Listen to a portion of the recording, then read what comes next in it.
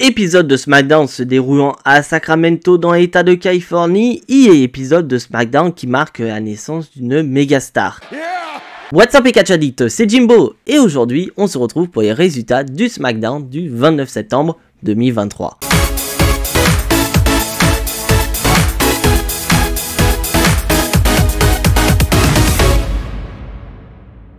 Et pour démarrer cet épisode de SmackDown, mes chers amis catch addicts, quoi que de mieux que d'accueillir la Bloodline, et bien sûr sans Roman Reigns, mais à force on est habitué à ne pas avoir la présence du chef tribal du côté SmackDown, et je pense que ça pose un réel problème, mais je vous réserve ça dans une future vidéo. Bon, je commence déjà par une publicité, je commence très mal cette vidéo.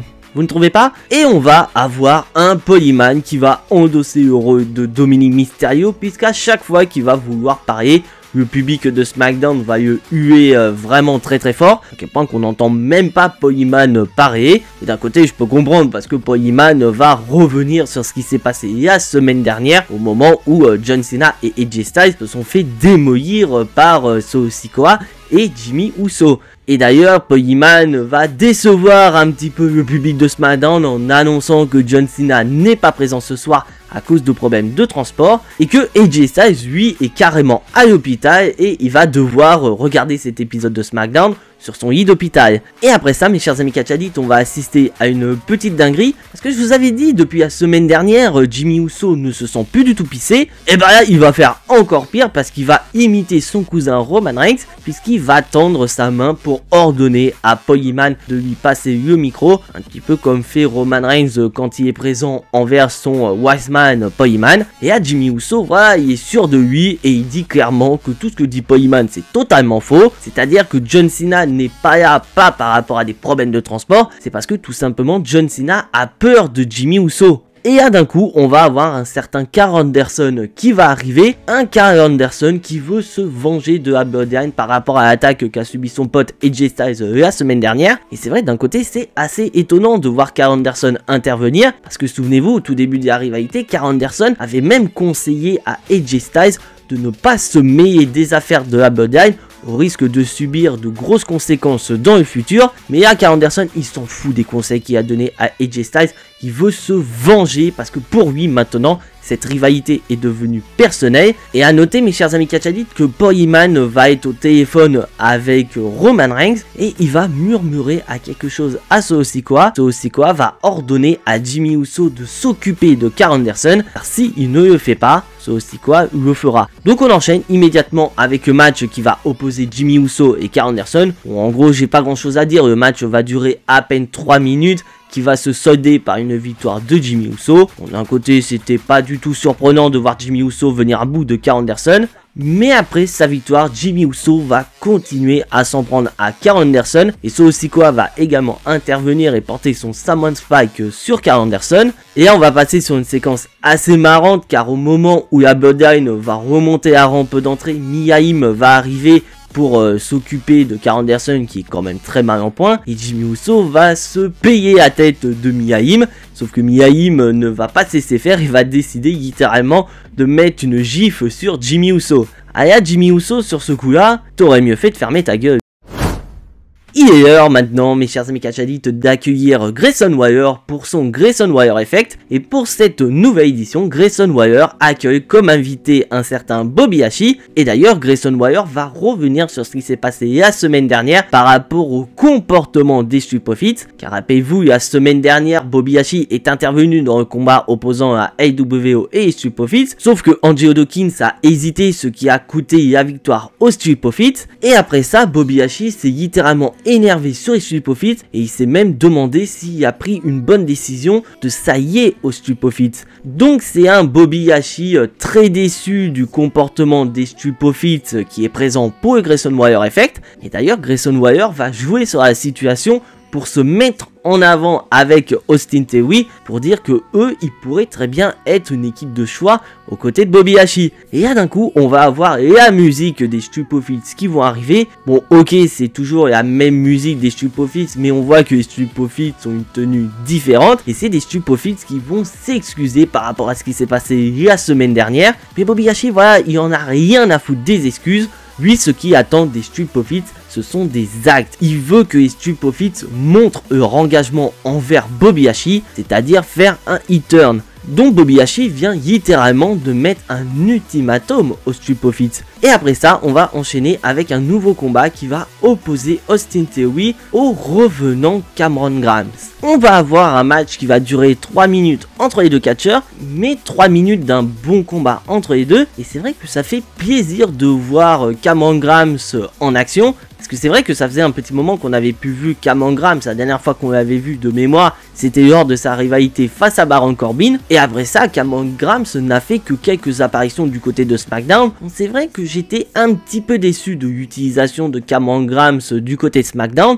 Donc Cameron Grimes, ça fait plaisir de le revoir du côté de SmackDown. Mais malheureusement pour lui, il va falloir une intervention de Grayson Waller pour inverser la tendance et donner l'avantage à Austin Theory. Et Austin Theory va porter son 8-time down pour le compte de 3. Donc une victoire de la part d'Austin Theory. Et je ne vous ai pas parlé d'une chose, mes chers amis Catch Addict, c'est que juste avant le combat, on a eu une vidéo présentation d'un certain Dragoni qui est présent ce soir du côté de SmackDown. Donc tu sens que du côté de la WWE, l'arrivée de Dragoni dans le roster principal va se faire d'ici quelques temps. Et d'ailleurs, Austin Theory va s'embrouiller avec Dragoni, ce qui va justifier que la semaine prochaine du côté de SmackDown, Dragoni fera face à Austin Theory. Et vous allez voir qu'on n'a pas encore fini de parler de Dragoni. Et maintenant, mes chers amis Catch Addict, il est temps de passer à un des matchs qui nous avait été annoncé la semaine dernière. Je pense que pour beaucoup d'entre vous, il s'agissait du match que vous attendiez le plus pour cet épisode de SmackDown. Santos Escobar affronte son mentor et idole Rey Mysterio. Et nous avons droit à 13 minutes d'un excellent combat entre les deux catcheurs. Et tu sens que bien que les deux catcheurs soient dans le même clan, et bah ces derniers se donnent vraiment à 100% pour ne rien regretter dans ce combat. Et ça fait énormément plaisir de voir un Rey Mysterio qui se rapproche petit à petit de la cinquantaine être capable de nous faire des énormes dingueries dans le ring. Et de l'autre côté, on sent que Santos Escobar est vraiment l'un des successeurs à Rey Mysterio du côté du roster principal. Et clairement, je pense que dans le futur, il fera un excellent champion des États-Unis.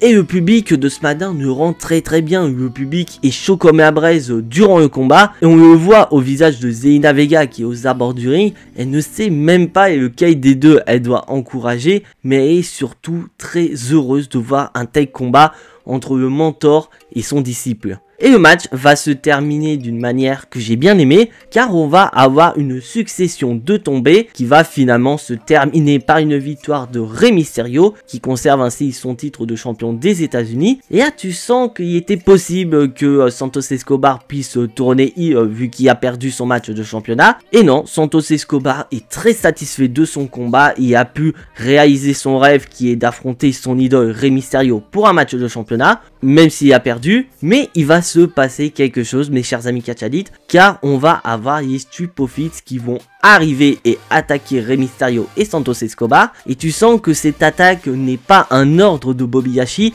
c'est les Street Profits qui ont pris cette initiative et ils vont littéralement se défouler sur Rey Mysterio et Santos Escobar. Donc une décision qui a fait plaisir à Bobby Hashi, et Bobby Hashi semble être sûr à 100% dorénavant. Les Street Profits ont pris leur décision, ils ont tourné heel et ils ont rejoint. Mais vous allez voir que cette décision de devenir heel va quand même avoir des conséquences, puisqu'un peu plus tard, Rey Mysterio et Santos Escobar sont à l'infirmerie, car Rey Mysterio décide de challenger Bobby Hashi et Street Profits pour un match du côté de Fastlane. Donc pour le moment, le match n'est qu'un match handicap 2 contre 3, mais tu sens qu'il y a possiblement un catcheur qui pourrait s'intégrer dans cette rivalité. Mais durant le massacre de la AWO des mains des Street Profits, Dragoni a voulu intervenir, mais il a été retenu par la sécurité. Donc on pourrait très bien imaginer qu'en plus de son match face à Austin Theory, Dragoni pourrait très bien demander à Rey Mysterio de le rejoindre et ainsi faire équipe avec la AWO pour faire face à Bobby Hashi et les Street Profits du côté de Fastlane. Ah, je vous l'avais dit, l'arrivée de Dragoni dans le roster principal, c'est plus qu'une question de temps. Bon, après un match qu'on attendait tous du côté de SmackDown, bah on va passer au match qu'on attendait le moins pour cet épisode de SmackDown, le match qui va opposer Charlotte Flair à Bayley Bien que les commentateurs nous rappellent que la dernière fois que Charlotte Flair et Bayley se sont affrontés en 1 contre 1 date d'il y a quand même 3 ans, on n'est quand même pas beaucoup emballé par rapport à ce combat. Bien que Charlotte Flair nous fasse un petit comparatif de Bayley d'il y a 3 ans à maintenant, on s'en fout littéralement, parce que Charlotte Flair, voilà, elle va se foutre de la gueule de Bayley en disant, voilà, il y a 3 ans, t'étais quand même une des Force Women, t'étais quand même une des visages de la division féminine. Regarde maintenant ce que tu es devenu, tu es derrière la championne Io Sky, alors que Charlotte Flair est toujours au sommet. Oui, t'es au sommet Charlotte Flair, mais tu vois les matchs de championnat de tout le monde. Donc c'est facile de rester au sommet. Et d'ailleurs, Charlotte Flair explique son objectif, c'est qu'une fois qu'elle aura battu Bayley, elle veut affronter Io Sky pour un match de championnat. Ah, je vous ai dit, Charlotte Flair, elle veut toujours des matchs de championnat, alors qu'elle pourrait très bien affronter d'autres personnes et laisser les opportunités aux autres. Donc on enchaîne directement avec le combat. Donc on a droit à un match tout à fait classique entre Bayley et Charlotte Flair. Et le match va donc se terminer par une victoire de Charlotte Flair. Une Charlotte Flair qui montre très bien qu'elle n'a pas besoin de sa prise en 8 ou encore de sa prise de finition de Natty Watch Selection pour remporter le combat, puisqu'elle va remporter le combat avec un spear. Mais c'est loin d'être terminé, car après le combat, Bayley a un goût très amer de la défaite et va vouloir profiter de sa situation de supériorité numérique avec Io Sky et Dakota Kai pour s'en prendre à Charlotte Flair, jusqu'à ce que Asuka arrive et fasse battre en retraite Damage Control. Mais Asuka, elle n'est pas seulement là pour sauver les fesses de Charlotte Flair, car Asuka va prendre le micro et parler en japonais. Bon, personnellement, je n'ai pas du tout compris ce qu'elle a dit, mais par contre, il y en a une qui a bien compris, c'est Bayley. Bon, franchement, je ne pense pas que Bayley ait compris ce qu'a dit Asuka en japonais. En gros, Bayley accepte le défi de Asuka. Donc du côté de Fastlane, on aura un match triple menace qui va opposer Asuka contre Io Sky, mais surtout contre Charlotte Flair. Et franchement, je ne peux que m'énerver par rapport à cette annonce de ce match triple menace. C'est pourquoi WWE, vous êtes obligé de nous mettre sans arrêt Charlotte Flair dans un match de championnat, putain. Sérieusement, c'est énervant de voir ça. Et ça revient à la vidéo que j'ai faite il y a de ça quelques jours en disant que c'est réellement le booking qui est en train de flinguer le roster féminin. Parce que clairement, on se dirigeait sur un match entre Asuka et Io Sky du côté de Fastlane. Et je pense qu'on est tous d'accord, on voulait voir ce combat entre les deux à Fastlane. Mais non, WWE décide de nous mettre Charlotte Flair dans l'équation. Donc après, je pense qu'on va avoir quand même un très bon match triple menace du côté de Fastlane. Mais sérieusement, WWE, pourquoi nous mettre sans arrêt Charlotte Flair dans un match de championnat, alors qu'il y a la possibilité de la mettre en rivalité contre d'autres catcheuses? Et d'ailleurs, WWE, vous avez été très fiers lors de cet épisode de SmackDown d'annoncer la signature de Jade Cargill. Donc pourquoi WWE, vous nous faites ça? Mais bon, je vais me calmer un petit peu, on va passer à la suite. Et après ça, mes chers amis Catch Addict, il est l'heure de passer au segment Main Event de cet épisode de SmackDown. Parce que oui, je vous ai pas dit, mais avant le combat entre Charlotte Flair et Bayley, nous avons eu John Cena au volant d'une Ford Mustang qui est arrivé à SmackDown. Et un John Cena qui a surtout ce fameux contrat pour Fastlane. Parce que oui, je vous rappelle une nouvelle fois que John Cena est dans un match handicap face à Solo Sikoa et Jimmy Uso du côté de Fastlane. Et c'est donc un John Cena qui arrive dans l'arène et un John Cena qui doit faire un choix assez important. Et ces deux choix sont tout simples, soit il décide d'abandonner ou soit il décide d'honorer le contrat et partir du côté de Fastlane pour affronter Solo Sikoa et Jimmy Uso tout seul. Je pense qu'on a tous deviné, on connaît tous John Cena. Le John Cena qu'on connaît depuis plus de 20 ans qui refuse d'abandonner. Et c'est donc sans aucune surprise que John Cena décide d'honorer ce contrat et partir du côté de Fastlane pour affronter tout seul Solo Sikoa et Jimmy Uso. Mais en parlant de Solo Sikoa et de Jimmy Uso, ces derniers vont confronter John Cena et ces derniers ne veulent pas que John Cena aille du côté de Fastlane et veulent littéralement le détruire maintenant à SmackDown. Et malheureusement, il va se produire la même chose que la semaine dernière. John Cena va se faire démolir par Solo Sikoa et Jimmy Uso. Bon, après, il est tout seul, donc il ne peut pas faire grand chose. Et au moment où Solo Sikoa s'apprête à détruire John Cena en le faisant passer par la table des commentateurs, là, il va se passer une énorme dinguerie. La dinguerie qu'on attendait la semaine dernière.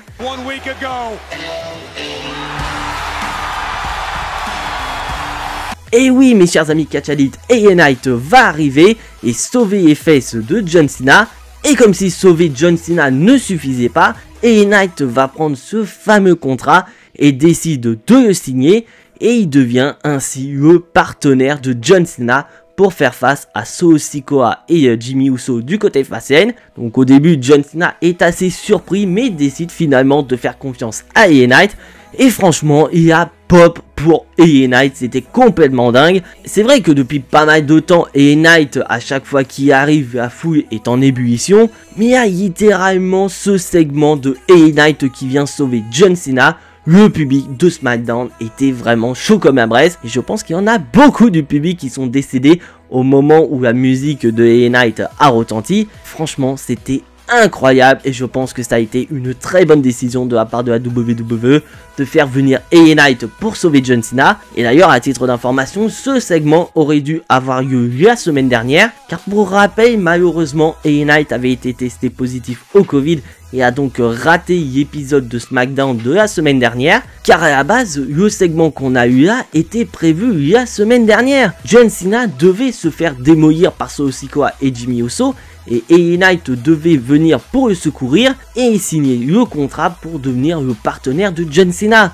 Et on l'a ressenti la semaine dernière, ce manque d'une personne pour venir secourir John Cena. Bon, malheureusement, la WWE a dû faire avec. Et on a eu droit à ce moment incroyable ce soir du côté SmackDown. Et franchement, on peut le dire, mes chers amis Catch Addict, le projet LA Knight est officiellement lancé. Car apparemment, selon les médias américains, LA Knight devrait bientôt croiser le chemin de Roman Reigns. Franchement, WWE, si vous nous faites un Roman Reigns contre LA Knight dans le futur, c'est maintenant ou jamais, faut donner le titre à LA Knight.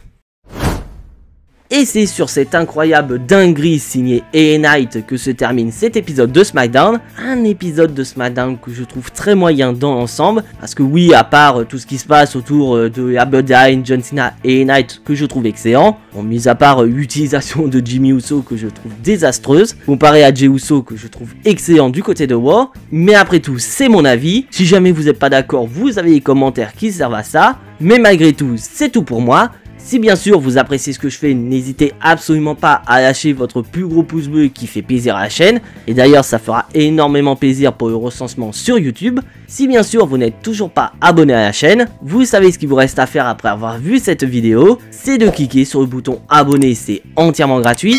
Et bien sûr, je vous invite à cliquer sur la petite cloche pour être notifié de la sortie des prochaines vidéos sur la chaîne. Et d'ailleurs, en parlant de vidéos, mes chers amis Catch Addict, on se retrouve demain pour une toute nouvelle vidéo. Et oui, je vous avais prévenu que les vidéos allaient de nouveau pleuvoir sur la chaîne. Et je ne vous cache pas que ça fait énormément plaisir de pouvoir vous proposer du contenu sur la chaîne. Que c'est vrai que ça faisait un petit moment que j'avais pas sorti autant de vidéos en une seule semaine. Mais en attendant, soyez tous très fiers d'être des Catch Addicts. C'était Jimbo. Et à la prochaine!